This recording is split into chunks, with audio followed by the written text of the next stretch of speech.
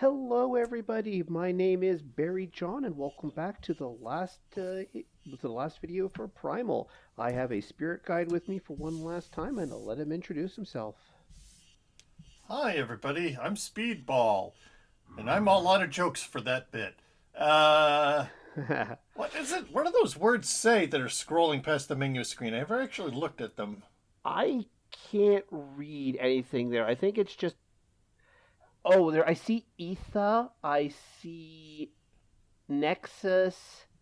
A bunch of the keywords from the game. Okay. Yeah. Etha. Yeah. All right, but today we're going to look at the bonus materials, and maybe talk a little bit more about the game that we didn't cover during the credit sequence.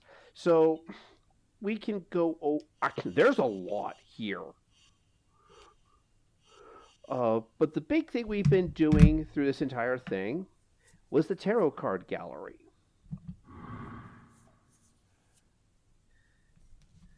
I swear to God, if we're missing one here and now, Speedball and I are going to flip. Yeah. Fair eye aspect. Rawr! Yep. Concept art. Oh, Undine. So there is a rather large mouth focus with these concept arts. Yeah. Jin. Mouth and schnoz. The Jin is more on fire. That didn't come through with the actual. Oh, yeah. Son of a bitch! Gosh darn it! Oh so... boy, sorry folks. LP over. Yeah. Okay. Jen.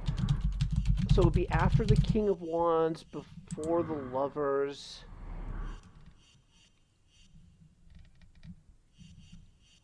Before the King of... No, we should. King of Swords, Rom. King of Swords got Rom. I think that's because I see Scree here. Did I not pick up Abdizur properly? Let's see here. I must have missed Abdizur. No, it's not Abdizur. It's Belazar. No, Balthazar I've got. He's the devil. Okay. All right. So this is the guide open in my hands. Okay, so I've got the Fool. We can skip the. Sorry, we can skip the Ace, King, Queen, and Knights. Wow, really? You guys were really. It's sad when Aquas is Goliath. Yeah.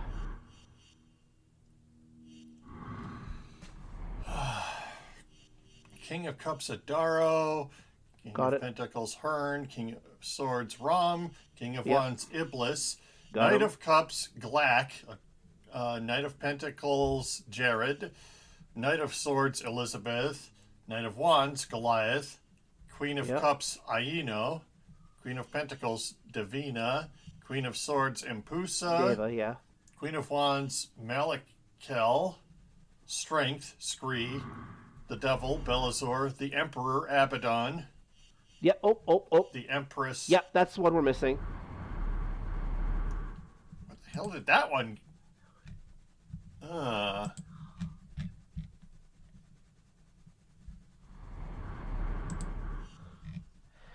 Man, okay. Yeah, I thought we went over this. We shouldn't have missed anything.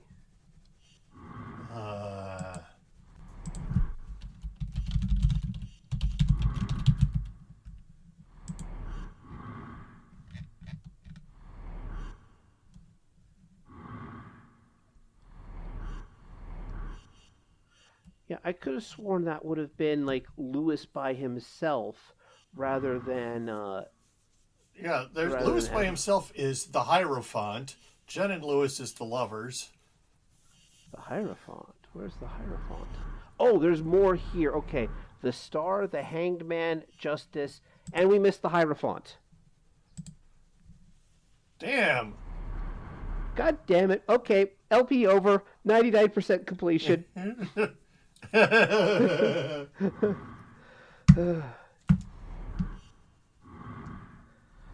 Oh, I love this game, but oh, there we go. There's Abdazur the star.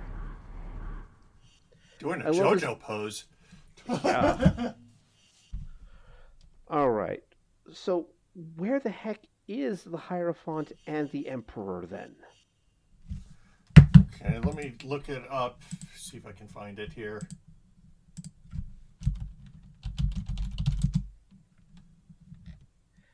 Tarot card completionist. Okay. Emperor Abaddon. It's in Volca. After opening the door on the western side of the sanctuary of Amulta, go up it and through the stairs. Take a right. Central shaft. Don't jump the small gap ahead. Have Scree drop the rope and then climb down the ledge. I swore we got that one. I do. I remember that one because that's the cliffside that we must have not saved it or something. Oh, that's annoying. But yeah, I remember that. And what about Lewis as the Hierophant? Hierophant is also in Volca. As soon as we enter the lava temple, attacked by a bunch of djinns. There's also a rift gate there. After defeating them, you'll find the collectible inside a chest near the left side of the entrance. I may have just missed that because I don't remember collecting a chest near one of the rift gates. Yeah. Damn it. Well. Screw it. I'm not going back for them. Yeah. Sorry. Much like the game itself, we're not going to finish this. Yeah. But yeah, tarot cards. But it's a nice way of incorporating the art, or like the concept art for the game, as well as giving hints about the types of characters depending on which tarot card reading you like to use. Yeah.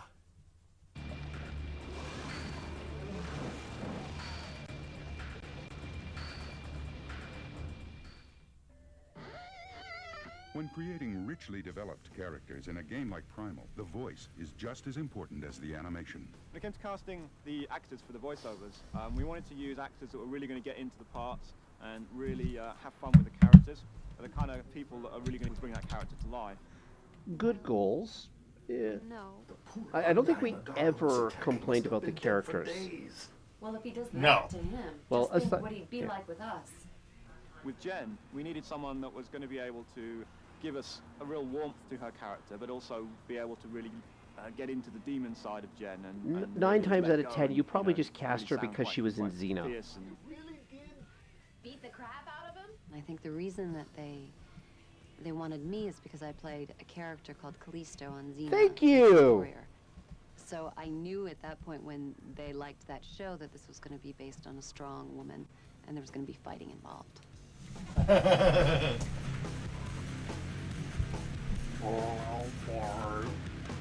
Scree was really the toughest character because we wanted a voice which didn't sound like Scree looked, if you see what I mean. So it wasn't like a little guy. At least they avoided going for like the higher pitched voice. Had kind of ability. Oh yeah, Jen, you must do this. That would have been so annoying. Him having this noble voice was actually really good. Oh yeah, and he nailed it. So when they conceived of this whole thing in the character of Scree, in their minds, they really heard Jakar somehow in that, or more precisely me, I guess. So Been dead for days. It's the undying. Although both of the actors had done TV and film, this was their first video game experience. It's I don't think Miss Lake has done more video game work. I'd have to check her IMDb page, but I think she stayed mostly in the audio or in the acting.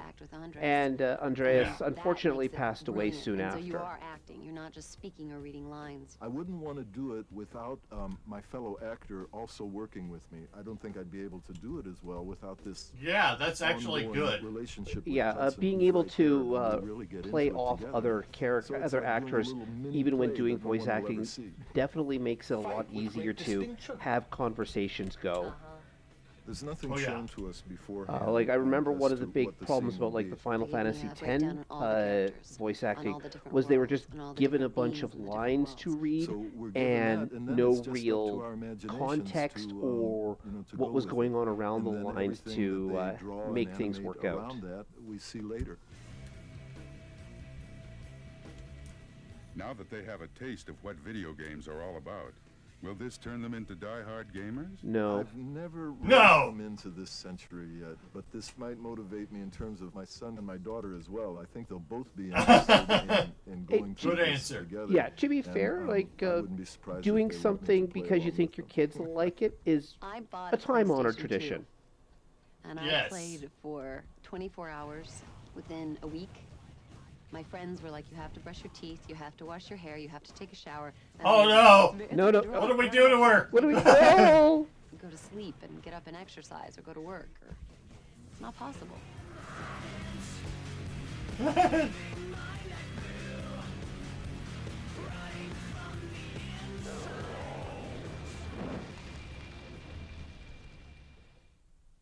Well, not bad.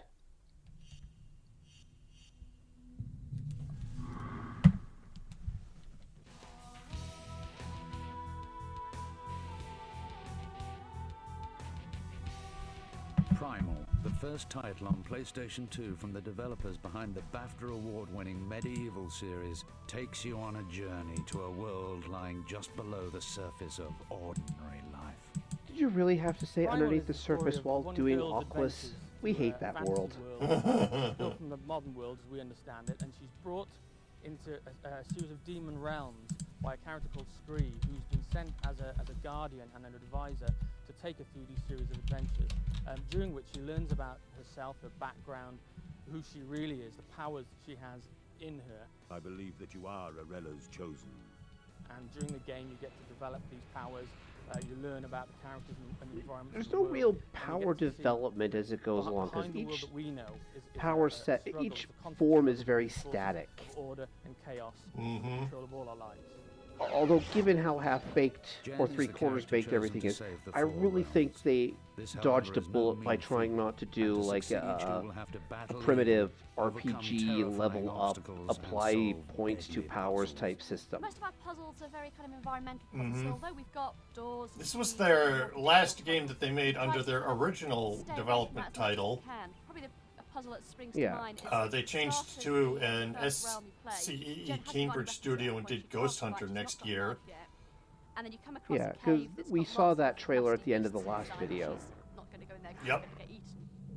You hear those growls, Scree? Other games they made, 24 the game. Oh boy. No. Formula One Championship Edition, Wipeout Pulse, Heavenly Sword, as a support developer for Ninja Theory, who did the main stuff in Heavenly Sword. Yeah, probably subcontract work. Not unheard of. But they also did Medieval, which is, you know, kind of... Yeah. Very popular. Plays... Actually, its combat was a lot smoother than Primal's. Yeah. Jen comes face to face with a number of demon races, each with very different customs, environments, and dangers. There are four very distinct different demon worlds that we have in Primal. We wanted to make them as different from one another as we could. We have a world called Solar. Mentioning culture, like, you can tell that the Earth realm, the Farai, was definitely a well-developed culture, a people here. Yeah. Yeah. It also helped it was the only time they didn't speak English. And the race that lived there are called the Underworld. Yeah. They populated the area with huge arcane filtration machines to keep the water clean. And part of the gameplay in that area is Jen has to get the filtration system working. Part of the gameplay? That was like 90% of our time in Aquas. And we have a race of and these are really nasty characters. They're almost like vampires in the way that they kind of lead their lives. There's no almost about it, buddy. They are vampires. Volca, which is a world set in a huge, dry, dusty volcano. And the race that live there are the Jinn. And when you first arrive there, the volcano is dormant, it's asleep, and the Jinn are inactive. But as you adventure and explore through these corridors and chambers, the light and the heat that you bring wakes them up, and suddenly you find you've got an entire race of people all suddenly coming to life that you have to deal with. The characters of Jen I wish Scree there was a bit more dominate the game. environmental storytelling Jen about, you know, puts into turning practice her on the ability to volcano morph as you between go demon and human along. form, whilst Scree proves invaluable with his mental agility and special skills.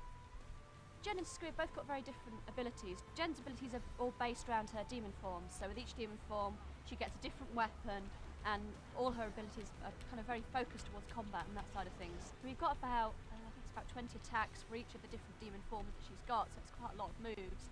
And then it's kind of a free-form system, so you can keep hitting strong. Yeah, and no explanation at all. And the deeper down the combo list you get, the more powerful, more impressive-looking attacks you get. Like, I was button mashing my way through this game. Like, your combat system fell on its face. To stone figures resonating with Ferrai energy. It means I can temporarily transfer my soul into any statue formed from this material. Scree doesn't fight at all, so his side of things is much more kind of based on the exploration and puzzles. So he can climb walls, he can jump, he can lift heavy objects. It's very much based around his kind of strength. Any music featured within Primal had to reflect the intensity and pace of the game. Yeah, no problems with the music. You guys nailed that. Added their interpretation to the adventure. The cutscenes which we're recording with the orchestra at the moment, there were 2.5 hours worth of them. And unlike seeing it as 1 2.5 hour film, it's more like 5 half-an-hour films, because you're associating a very different sound, instrumentation, themes, everything for each individual level, as well as trying to create a kind of cohesive whole so that each level does sound like it has some related components. With the kind of originality so rarely glimpsed on a game's console, Primal is not only a feast for the senses, but also compulsive to play. The battles faced I wouldn't and go that worlds far. encountered make this a dark, compelling classic.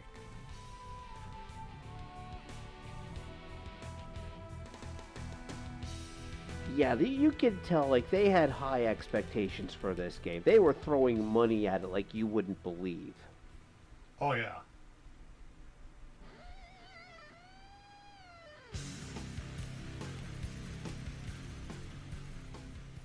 And, of course, an outtake animation because somebody was having fun.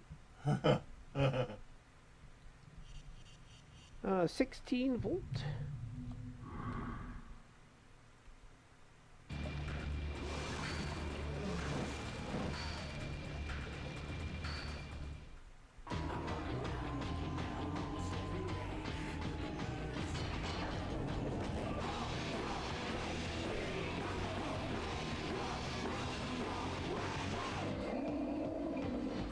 Carries you into a world that combines demon realms with the present day, so the music had to reflect that.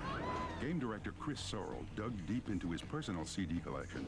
The music is by a band called 16 Volt, and it's a band that I had some CDs of, and one night I was just listening to them and thinking about the music that we wanted for the game and thinking, this works, this is the kind of stuff we want. Chris from Cambridge just wrote me an email. I guess he's been a fan of the band for a long time, and just asked me if I'd be interested to do some music for this game, Primal. Of course, I was instantly interested, and it just sort of like blossomed really quickly from there. Once we knew we were going to work I with really hope you went through his agent. Combat music, it also gave us an answer to another question we had, which was what would Lewis's band sound like at the start of the game?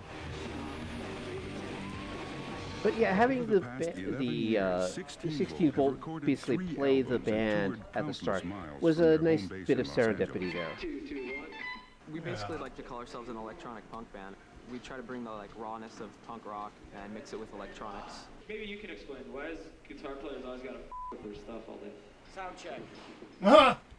Not only did 16 Volt contribute tunes from their albums, but they also wrote songs specifically for the game. It's a mix. We used some stuff off our last record. I think they used like 6 songs off the last record, and I think 3 new songs that we have. I think we're doing Suffering You is in there. I think part of it is that, 16 volts music, aside from that initial cut scene, I think it got drowned out or just not really recognized. Happy Pills. Yeah. Like, I can't really pull out any point where I could tell it was 16 volt and not the orchestra. Right. I'm sure somebody in the comments might actually point out, well, no, this piece of music was played during this cutscene, and you guys are going, oh, man, that's awesome. Oh yeah, that song is from, that bit was from this song, and it was really cool. Here we go. Oh yes, E3 was a thing.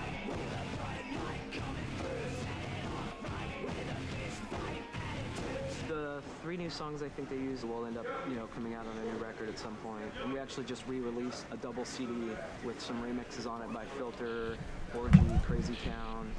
It's a pretty cool CD, and it has some demo versions of stuff we've been working on. The first time the band got to see the game with their music was at this year's E3 show. Yeah, we all went down to E3 together and checked it out, hung out with the designers, and those guys are all really cool, and got to play the game for a little while, and they actually came back to our place and brought the game and played it pretty much the rest of the night. It's a great game.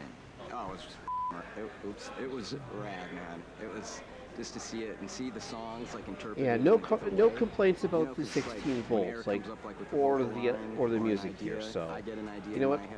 You guys can be proud of your work here. Fit in the video game, it worked perfectly. Like the trailer that they were using, they were even incorporating some of Eric's lyrics into like the whole story line of the game. There's a part where he says, "I'm in love with the devil."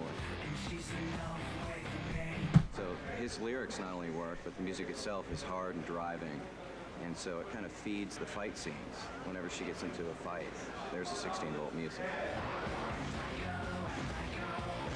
16 Volt was excited to contribute music to Primal, as they are avid gamers themselves. Yeah, I play all the time. I'm pretty into State of Who's Emergency. this narrator they got for the making of part? Yeah. On the street. Should have been in the game. Games all the time. We're all game freaks. It's cool. It's really different.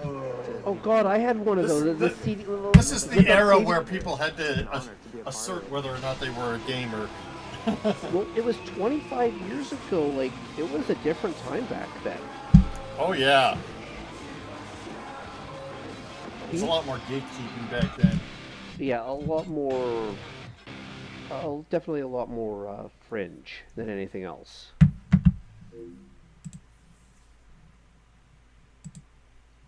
But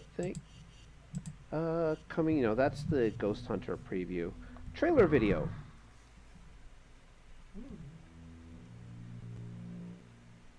Complete with alpha and beta footage, hopefully.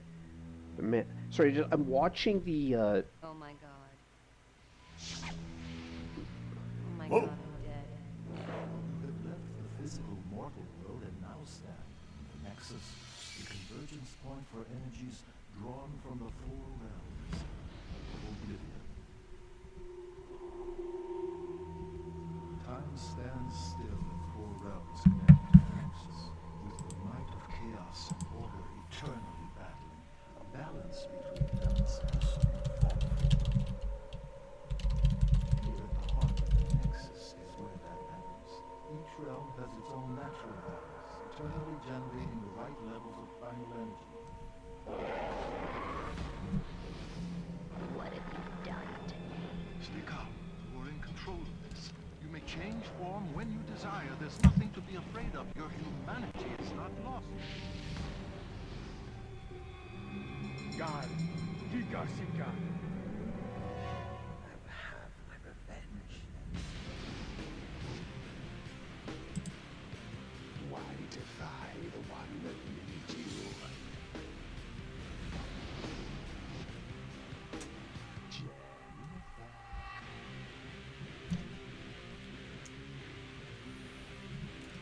They can smell fear, you know.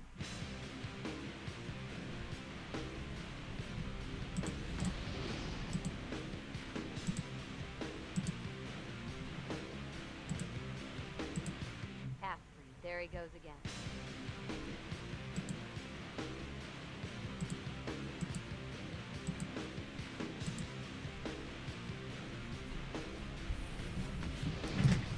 Boy, if they teamed up with the team that made Devil May Cry. Ooh. Goodbye, Jen. Well, that's definitely a sizzle reel.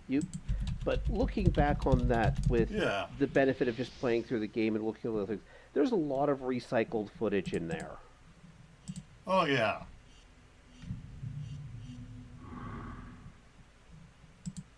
And all the scenes from the game.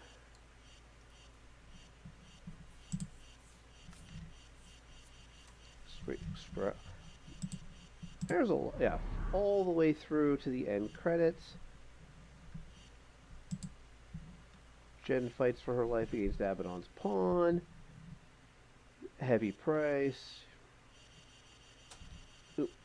Wait. I saw Jen is found. Wraith Ball. Yes, the dancing.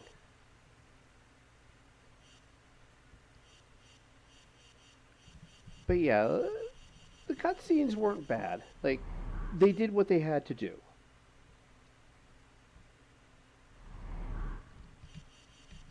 So, that's all the bonuses, aside from... I missed the 2. That annoys me. I'm not going to... I don't think it's either of our faults. I was trying to follow the guide as best I could, but the guide did not have any visual walkthroughs on it. And I wasn't just going to scrub through videos of other people playing it constantly while we're doing this. And neither of us did any prep work beforehand. We wanted to come at this raw and effectively blind. But we both played the game. But yeah, like... It's been like so long, yeah. Yeah, this isn't like Parasite Eve where, we both knew the game. But yeah, I like Primal. I love the game, but it's not something that I like. It's not on my list of games I'm going to be playing again and again and again and again. That's for sure. What else do I want to say about this? Or if you want to interject anything as well. No, I think I said everything I need to. Yeah. But yeah. Yeah, that was Primal. Better than Forspoken. Yeah. Oh my God! I can create energy. It whips my freaking mind. No, she's just like, oh, I can turn into a beast person. Yeah. Yeah, I think that's enough for this one. You and I have a new project we're going to be starting shortly after this. Unfortunately, at the time of this recording, Speedball hasn't done all of the preview videos yet, or preview images, mostly because he does. We were just recording this. He's not going to be doodling the preview image for this video while we're commentating. Well, you're really putting me on the spot here, man. Don't worry. Well, all right. But yeah, yeah. But yeah, I think that's it. Thank everybody for watching, and Speedball, I will see you in the next LP. Yeah, see you. Have a nice time. And stop. Bye-bye.